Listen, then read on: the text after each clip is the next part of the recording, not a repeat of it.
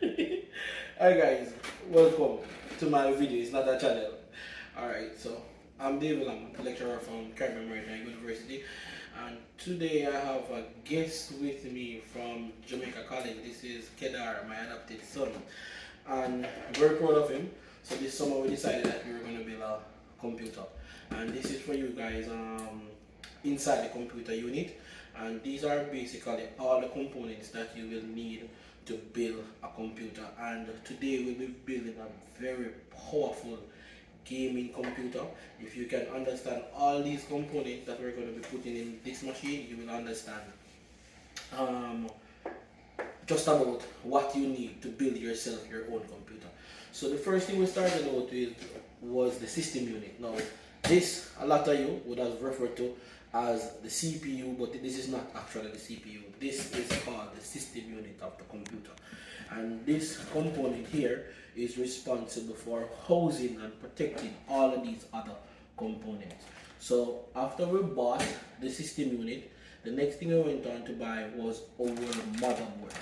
And we have a very powerful motherboard. Can I want to know what kind of motherboard is well? Well, right here we have an Asus Prime X570P motherboard, which also comes with a AMD Ryzen 9 processor 5000 series. So basically, this is just about the most powerful CPU that you can find on the market right now in terms of processing speed and processing power. So gamers, if you're looking to take your gaming experience to the ultimate test, you're practically going to need anything away from an i7 or a Zen 9 if you want the ultimate experience. And most time when you're buying motherboards and processors, you usually buy them to make sure that they're compatible with each other, right? Then we're gonna move on. So the motherboard is like the basic circuit board of the computer, where all these components that we're gonna put inside the computer is connected. I'll probably make a tutorial for you guys to show you guys the different components of the motherboard or the different ports that are on the motherboard. But basically, you have your RAM slot, your PCI slot, your PCIe slot. You have your socket for your CPU. Some of them come with a built-in fan as well, and you have your ROM chips on it. So it's basically the whole setup. We have an ATX motherboard, and the type of motherboard that's in your computer like these are going to be like ATX. So you know the type of motherboard based on the form factors of the motherboard. Now inside the computer we moved on to our RAM, and here we're going to be putting in 64 gigabytes of RAM. Pretty powerful stuff.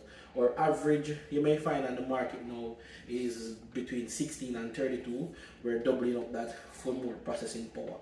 Then we moved on to our power supply. I think this is a 850X gold, very good power supply. It comes with its own kill set. Basically, the power supply in this machine is supposed to convert AC current to DC current. So direct current is what your computer uses, just about 5 volt, and you're getting 120 alternate current from the wall. So you need a component inside your computer that is going to convert that heavy current to direct current, where your computer can use to send signals, and these signals is what in turn turns over to ones and zeros that we call bits and bytes. Those are electrical charges, whether it's on or it's off. All right, and then this is our, I think this is our heatsink cooling system. Now our processor can't run without a heatsink, and we have a very powerful heatsink. It's LED colored. Here it comes with its own radiator. We're waiting on our graphics card to land today. You'll see that in the tutorial when it comes. We have our own LED controller for our motherboard, because our system is going to literally be lit, guys. Literally be lit. So we have our tools, and guys, back in the days, your hard drive used to be some big bulky thing with some lot of CDs and stuff like that, making a lot of noise, and they carried about 256 128 gigabytes of hardware storage.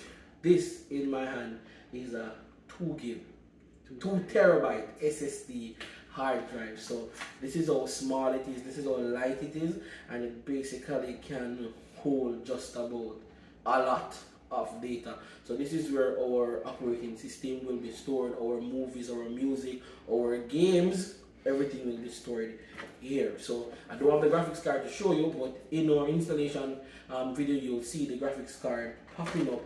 But yeah, we bought some tools just now over by Home Depot. So we just basically need a screwdriver set, and this is one of the most important things here. This is a static band that we bought to make sure that we eliminate any static electricity from our body when we are setting up the computer, because it can short out some of the circuits on the motherboard. So stay tuned for the installation video. We'll fast forward through it, but we're gonna build this machine and see how powerful we can get it, and let's see if it runs. So stay tuned for the next video, guys. You feel that? That's me wanting to come, baby. So all my fans are firing. My heatsink is on. My graphics card is. Cause I'm Irish. Alright.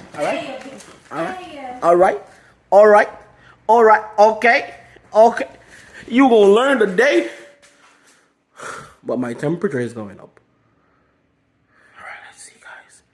So this is what the beast looks like, motherfucker.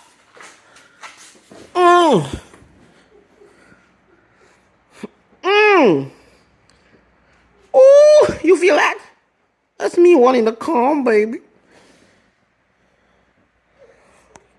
So all my fans are firing. My heatsink is on. My graphics card is responding. My Zen 9 is kicking, mother. So guys, this is our processor. This is our CPU slot. We're going to install it here. Oh, you know, which side I'm going to put it on. There's going to be a mark on the side here telling you which side it should go. So, and it will drop in and fit in perfectly. Then this latch at the side here.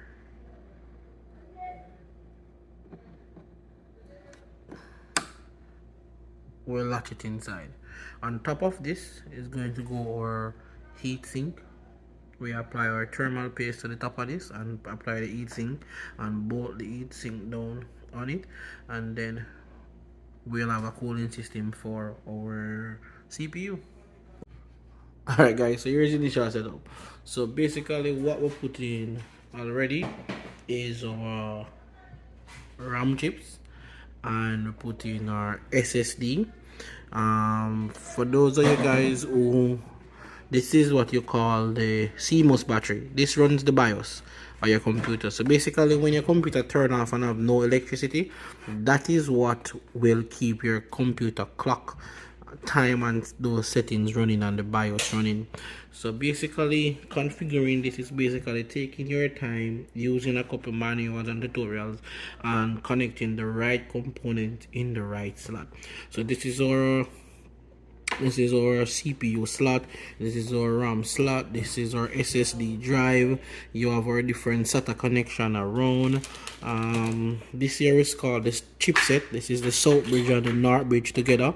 They're called the chipset. This is the north, this is the south. This will hang out at the back of your system unit. This will hang out at the back of your system unit. This is where your graphics card and your CPI slot and your adapter cards go. And this is your system fan. Or heatsink will be placed over this. But we're going to put on the heatsink when we have installed the motherboard inside the system unit itself.